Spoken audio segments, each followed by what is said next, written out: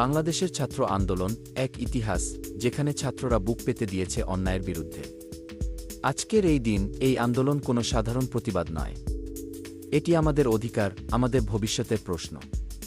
আমরা দেখেছি কিভাবে আমাদের ভাইবোনেরা ন্যায়ের জন্য লড়াই করেছে, কিন্তু ক্ষমতার অপব্যবহার থামাতে চেয়েছে তাদের কণ্ঠ।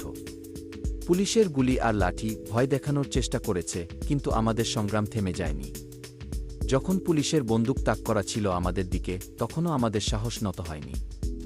বুক পেতে দিয়েছি আমরা, কারণ আমাদের বিশ্বাস ছিল যে এই সংগ্রাম শুধু আমাদের নয়, এই জাতির সকল মানুষের জন্য।